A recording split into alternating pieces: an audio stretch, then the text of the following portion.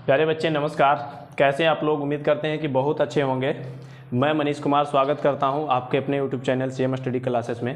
तो बच्चे आप लोग को मैं आज सिखाने वाला हूं आपके अपने ही भाषा में बहुत सरल तरीक़ा से। तो आप लोग जो है एकाग्र बना करके बैठिएगा वीडियो को। अगर आप लोग को ज़रूरत है तो वीडियो को अंत तक देखिएगा, यदि ज़रूरत नहीं है तो फिर अभी भी जा सकते हैं, ठीक है ना।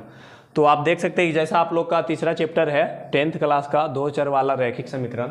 तो आज इसको हम जो है ना कोशिश करेंगे कि आपको अपने ही भाषा में समझाने का कोशिश करेंगे, ठीक है। जहाँ तक होगा मगहिया का भी प्रयोग कर सकते हैं, ठीक है। तो आप लोग को बुरा नहीं लगना चाहिए और ठीक है उसी प्रकार से सीखिएगा। हमारे क्लास के भी बच्चे हैं वहाँ भी सीखेंगे।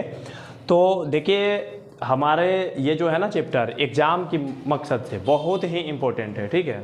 सो इसको क्या करना है, बहुत एकाग्र तरीक़ा से हर एक चीज़ सीखने का कोशिश करना है सभी को, तुम लोग को भी और आप जो वीडियो देख रहे हैं आप लोग को भी, ठीक है ना। तो अगर सीखना चाहते हैं तो सच्चाई के साथ कहूँ, ईमानदारी के साथ, तो आप लोग को भी ईमानदारी के साथ इस वीडियो में रहना चाहिए। और यदि सीखना ही नहीं है तो फिर अलग बात है, ठीक है ना। चलिए हम बात कर लेते हैं, आज अपने क्लास का स्टार्टअप करते हैं। तो दो चर वाला रैखिक समीकरण, ठीक है। हम लोग जो है इससे पहले क्या पढ़ चुके हैं, बहुपद। क्या पढ़ चुके हैं, बहुपद। तो जो बहुपद है हमारा वही क्या है, दो चर वाला रैखिक समीकरण, ठीक है ना। तो आज हम इसमें जानेंगे क्या क्या। सबसे पहले नंबर तो हम देखेंगे कि इसमें जो है ना दो चर, ये भी हम जान चुके हैं किसमें, बहुपद में, है ना। बहुपद में नहीं बात कर चुके हैं हम लोग, चर क्या है अचर क्या है, वहाँ तो और भी चीज़ें जान चुके हैं। यहाँ तो सिर्फ एक ही कुछ चीज़ जानना है, क्या, दो चर, है ना। फिर देखेंगे कि इसमें जो एक बात क्या है, रैखिक, इसकी भी जानकारियां लेंगे। फिर क्या है, समीकरण, इसका भी जानकारी लेंगे। और क्या है, युग्म। तो सबसे पहले हम लोग को यही समझना चाहिए, बाद में कहाँ चलेंगे, अपनी जो हमारा प्रश्नावली है, यानी मकसद जो हमारा है, मिशन इज कंप्लीटेड तब होगा जब हम पहले इसको सीखेंगे तब, ठीक है। तो हम लोग जान चुके हैं क्या। अब देखो अगर तुम लोग से बात करें कि चर क्या है तो नहीं बता सकते हो, जरूर बता सकते हो, ठीक है ना। तो हम लोग देखे थे क्या कि बहुपद किस टाइप का होता था, तो x+4 इस टाइप का होता था बहुपद, इसी प्रकार का होता था। अब कोई कहेगा कि ऐसे भी हो सकता है, तो ऑफकोर्स हो सकता है ना, किसी भी प्रकार से बहुपद हो सकता है। लेकिन यहाँ बात हमारा किस चीज का है, समीकरण का, है ना, समीकरण का। तो फिर हम जानेंगे इस चीज को। सबसे पहले अगर हम तुम लोग से पूछें कि दो चर ये जो है हमारा, तो चर क्या है बता सकते हो, कौन कौन बता सकते हो। जैसा कि बहुपद में भी हम बता चुके हैं, चर कौन कौन बता सकते हो। ऑफकोर्स, ठीक, अच्छा लगा, है ना। तो चर क्या होता है, हम सिंपल सा भाषा में, अपना अगर भाषा में कहें तो ABCD, क्या ABCD मतलब ABCE सब जितना भी है जेड तक, वो क्या है, x/z, ये हमारा क्या है, चर है। बस अपना शब्द में एकदम याद रखना है, कोई परिभाषा के तौर पर नहीं। ABCD क्या है, चर है। और अगर परिभाषा में आए तो जिसका मान बदलते रहता है, बस, हाँ बदलते रहता है। कैसे, अगर कोई लिखता है, देखो कभी कोई क्या कर देता है 6x+4, तो क्या कोई ऐसे नहीं लिख सकता है 6y+5, है ना। तो यहाँ हर बार बदलेगा मान, कभी x तो कभी y तो कभी a तो कभी b कभी c कभी d, है ना। इसीलिए इसको क्या कहा गया है, चर। और इसकी परिभाषा बनता है क्या, कि जिसका मान गणितीय प्रक्रियाओं में हमेशा बदलते रहता है उसको क्या कहते हैं, चर कहते हैं। तो हम समझते हैं कि चर की जानकारी तो तुम लोग को भी बहुत अच्छा से पता है ही, ठीक है। तो और अचर क्या है, एक चीज और हमारा बच चुका है, क्या, अचर। थोड़ा सा इसका भी, तो अचर क्या होता है, अचर हम बताए हैं भी कि बस सिंपल सा भाषा में, हम अपनी शब्दों में, जितना भी संख्या है धरती पर कुल क्या है, अचर है ना। अनगिनत तो है लेकिन जितना भी संख्या, जैसे हम कहें 2, 10, 105, मतलब जो है अनंत तक, ये क्या है हमारा टोटल अचर है, ठीक है। तो सबसे पहले दो चीज, इसको सीखने से पहले हमें दो चीज माइंड में रखना होगा, क्या क्या, चर और अचर, ठीक है।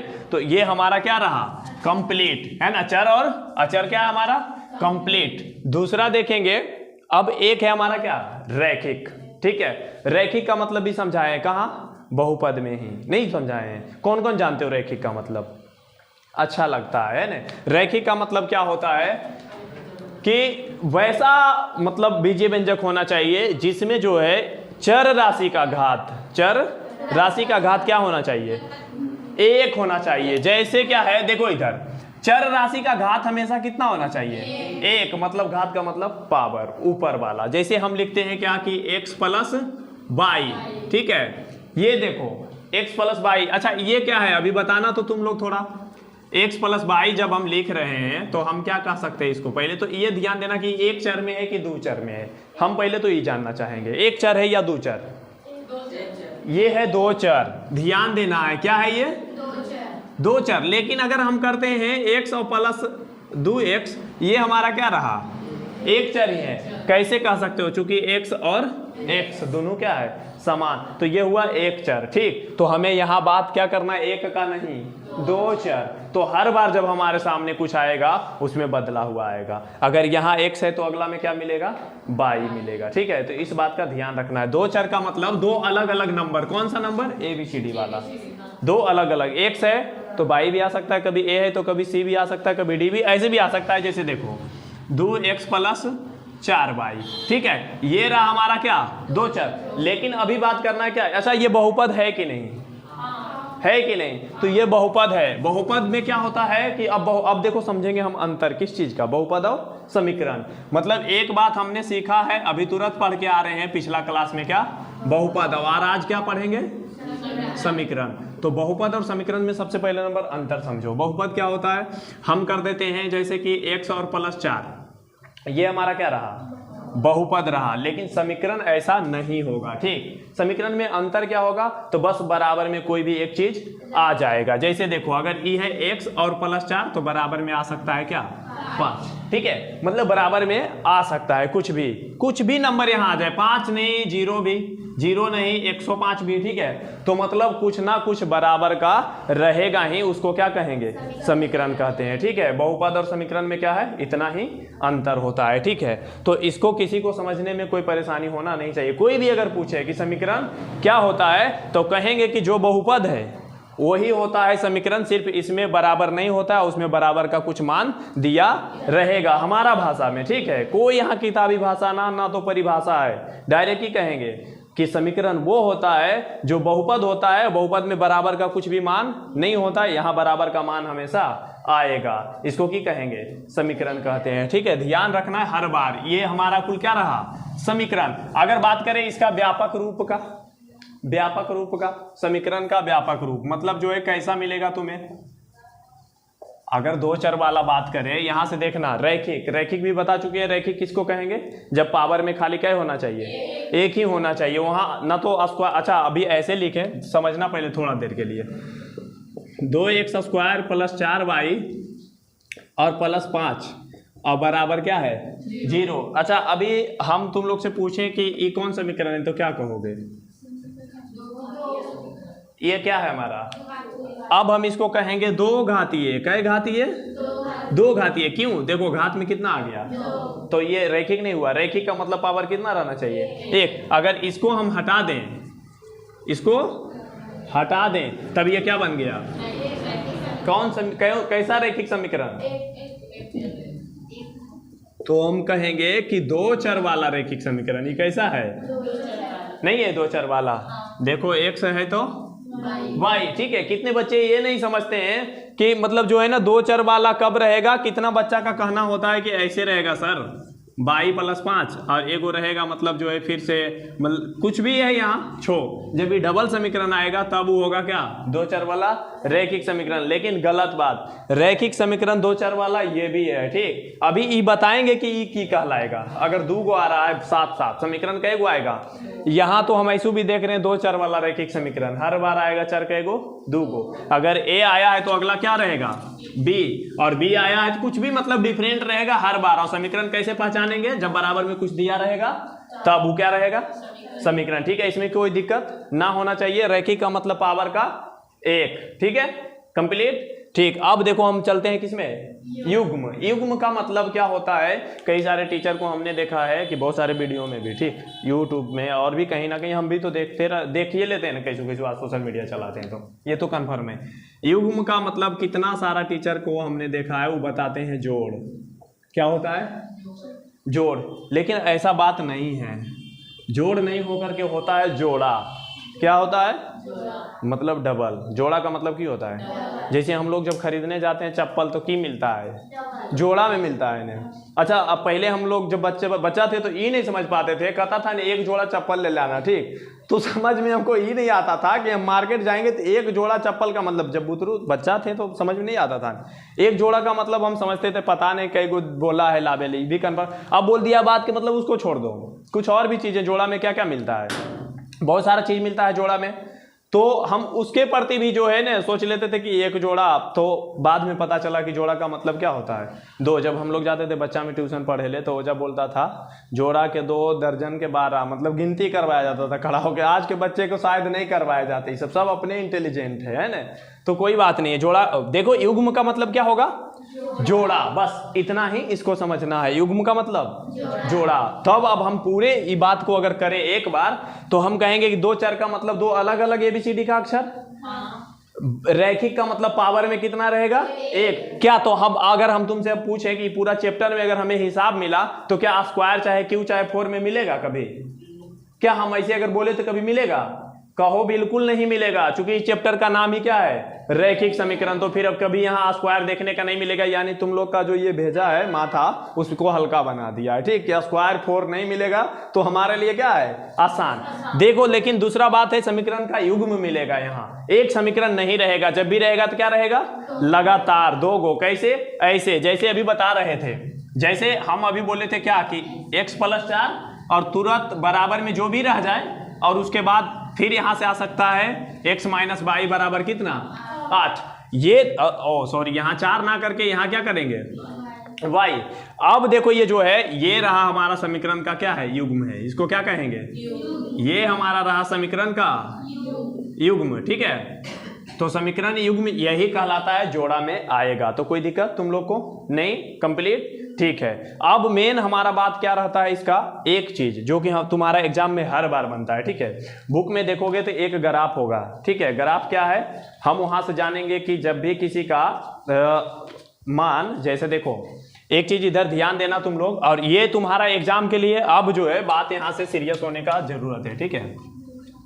पहले जो था जितना सारा हम लोग पढ़ा, इधर देखो ये चीज जो हम पढ़ाएं अभी तक ये हमारा बेसिक है, लेकिन अब हमारा क्या है, क्वेश्चन के लिए हम लोग क्या रहेंगे, तैयार होंगे, ठीक है। देखो इसमें एक ग्राफ है तुम्हारा ये वाला, ठीक है।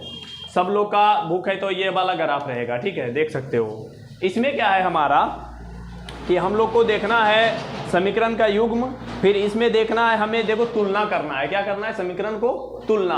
और जब तुलना करेंगे तो हम तुलना करने के बाद पाएंगे कि हमारा जो है ना इसका ग्राफीय निरूपण कैसा होगा। उसके बाद हम क्या करेंगे, बीजगणितीय निरूपण भी उसका जानेंगे। जैसे देखो यहाँ तुम्हारा बुक में एक समीकरण है, क्या है कि x और -2y और बराबर क्या है 0, और एक है 3x और प्लस कितना 4y और बराबर 0।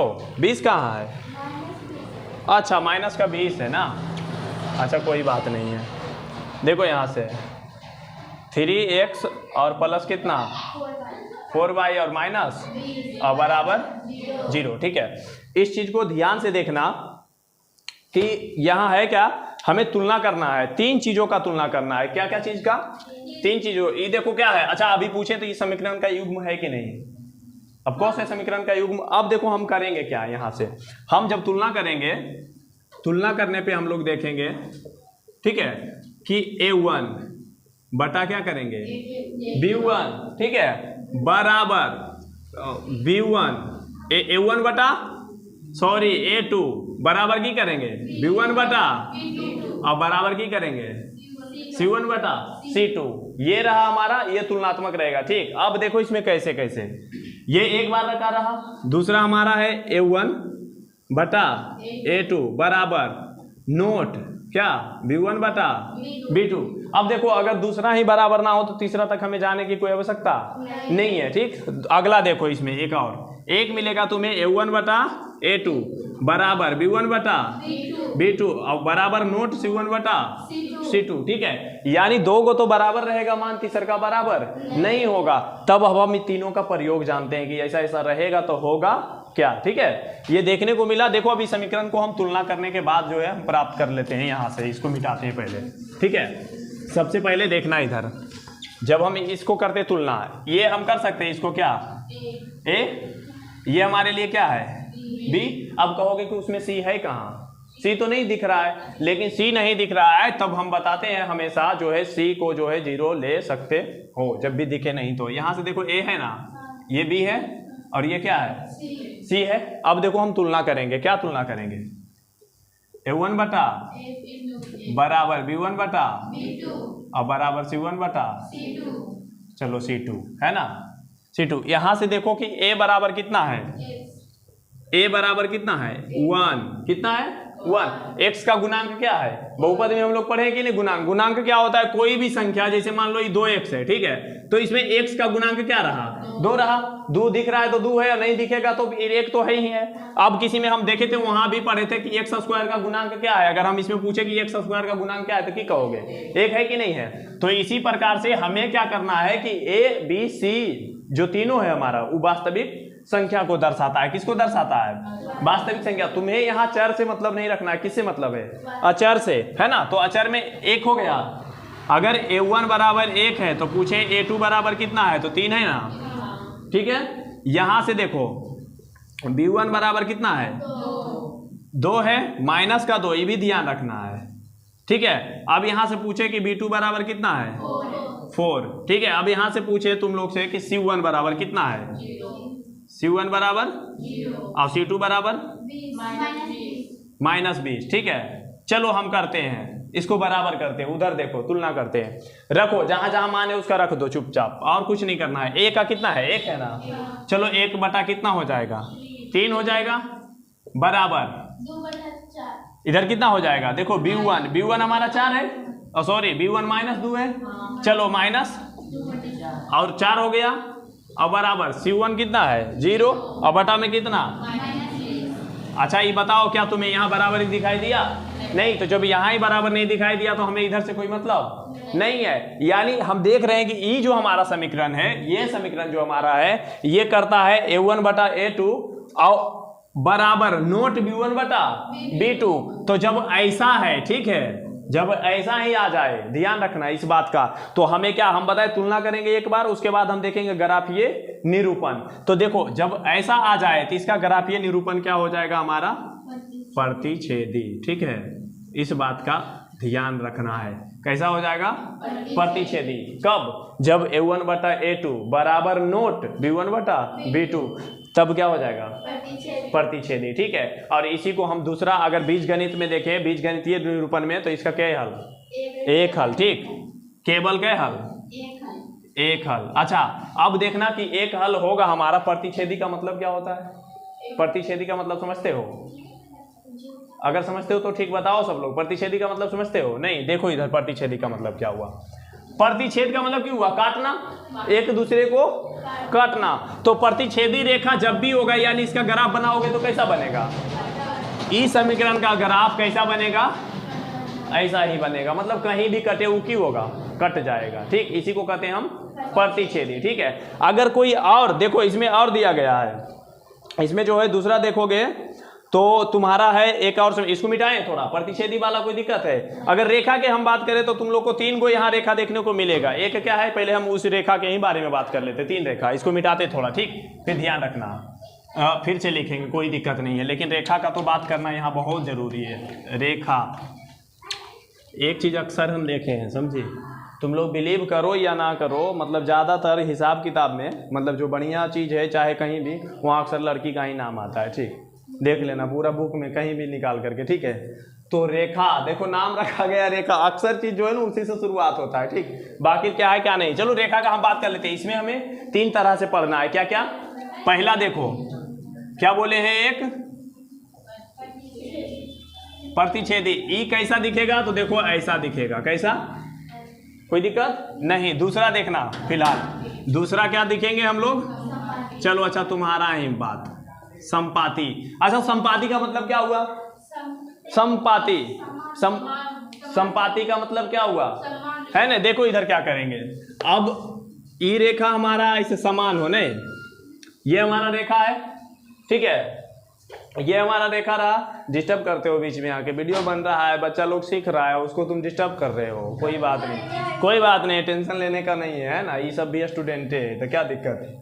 चलो यहाँ देखेंगे हम लोग, ये हमारा क्या रहा, ये रेखा है ना। अच्छा ये कैसा रेखा है, अभी तो कुछ, अभी रेखा तो सिर्फ खींचा गया है ना। देखो अब संपाती का मतलब क्या हुआ कि बराबर प्रतिच्छेद, लगातार प्रतिच्छेद क्या है, एक ही लाइन पर, जे लाइन पर ही है ना, उसी लाइन पे दूसर का रेखा भी आएगा। इधर ध्यान देना, जैसे ई लाइन पे ये है ना, तो दूसर का रेखा भी क्या है, इसी लाइन पे, मतलब इसी पर चल रहा है, ठीक है। इसी को हम क्या कहते हैं, संपाती, याद रखना है ना। कई सारे बच्चे रेखा को ही नहीं चिनते, संपाती का मतलब क्या है उसको पता ही नहीं बेचारे को कि कैसा होता है संपाती, सिर्फ रट्टा मार लेगा, कहेगा चलो संपाती है ना। कैसे देखो रट्टा क्या मारेगा, A1 बटा A2 बराबर B1 बटा B2 बराबर नोट C1 बटा C2, अगर ऐसा करके रट्टा मार रहा है, ठीक है। ऐसा नहीं करना है, हमें यहाँ देखना है संपाती का मतलब क्या, एक ही रेखा पर फिर से एक रेखा और चलेगा। तो देखना, जब भी समीकरण, अगर कहने का मतलब हुआ कि अगर हम जो है तुलना करते हैं, ठीक है, और तीनों अगर बराबर हो जाता है, कौन कौन है, A1 बटा अब बराबर B1 बटा अब बराबर C1 बटा, तब जो है कैसा ग्राफ बनेगा, संपाती, मतलब एक ही पर दोनों रेखा चलेगा, ठीक। जब भी हम आगे बनाएंगे प्रश्नावली तो वहां ध्यान देना, ये सब बात हमारा वहां पता चलेगा और पूछा भी जाएगा कि इसका ग्राफ कैसा बनेगा, तो इसी प्रकार से आएगा। संपाती का मतलब कोई दिक्कत नहीं होना चाहिए। तीसर का देखो हम क्या है, तीसर का हमारा एक हमारा समांतर, किसका है, समांतर का। समांतर में क्या होता है, अगर बात करें तीसरा में क्या है हमारा, समांतर, ठीक है। तो समांतर का मतलब देखो, अब कभी रेलवे लाइन देखा है तुम लोग, रेलवे लाइन या बच्चों की लाइन, तो बच्चा तो खैर इधर उधर हो जाता है, क्या करोगे, वो तो प्रतिच्छेद कर देता है इधर उधर से, लेकिन ऐसा नहीं। देखो समांतर का मतलब क्या है कि ये रेखा है ना, और सेम इसी के समान दूरी, समांतर का मतलब दूरी भी गिराना चाहिए, समान, निरंतर समान। अब मानो यहां से, ठीक है, और ये रेखा, अच्छा उसको इधर ले जाओ और ले जाओ, दोनों के कभी मिलेगा आपस में, नहीं मिला कभी। अच्छा तो जब मिला ही नहीं तो तुम लोग से फिर पूछा जाएगा कि पहले तो मतलब A1 बट ई करना है, तो देखो यहाँ की हो जाएगा इसका मतलब A1 बटा A2 बराबर B1 बटा B2 बराबर नोट C1 बटा C2, तब इसका रेखा कैसा हो जाएगा, समांतर। अब देखो समांतर अगर हो गया है तो एक चीज देखना, क्या ये कभी प्रतिच्छेद कर रहा है, नहीं कर रहा है ना, कभी समांतर रेखा हुआ। अच्छा पूछेगा इसका हल कैसे, मतलब क्या होगा, तब कितना हल होगा, एक को जगह ही मिलेगा कभी जाके जीवन में, कभी मिलेगा, तो इसका कोई हल नहीं है। लेकिन अच्छा संपाती का अगर कोई पूछ लिया, चलो ये मान लो ये रेखा संपाती है और इसका हल क्या कै गो होगा, तब तो देखो अब एगो चीज समझना है, एजा पर एजा यहाँ बच्चा गलती कर देता है, उसको हाँ उलट लेगा कि इसका जो होगा ना अनंत हल होगा, क्या होगा, अनंत हल रटेगा डायरेक्ट। संपाती रेखा तो हल की हो जाएगा, प्रतिच्छेदी रेखा तो हल हो जाएगा एक, और समांतर तो एक को हल नहीं, लेकिन तुम लोग को रटना नहीं है। अब इसका हल इसलिए नहीं हुआ कि बताओ या तो ये एक्स या बाई एक्स को काटेगा कभी जीवन में, जिधर चल रहा है उधर ही चलते चला जाएगा, इसलिए नहीं। तो अब यहाँ प्रतिच्छेद किए, देखो ये कई बार कटा, कितना बार कटा, प्रतिच्छेद कर रहा है तो हमेशा एक बार कट रहा है, तो कई हल हुआ, एक ही हल हुआ ना, बस इतने ध्यान रखना है। प्रतिच्छेद किया तो एक ही बार काटा, एक हल हो गया।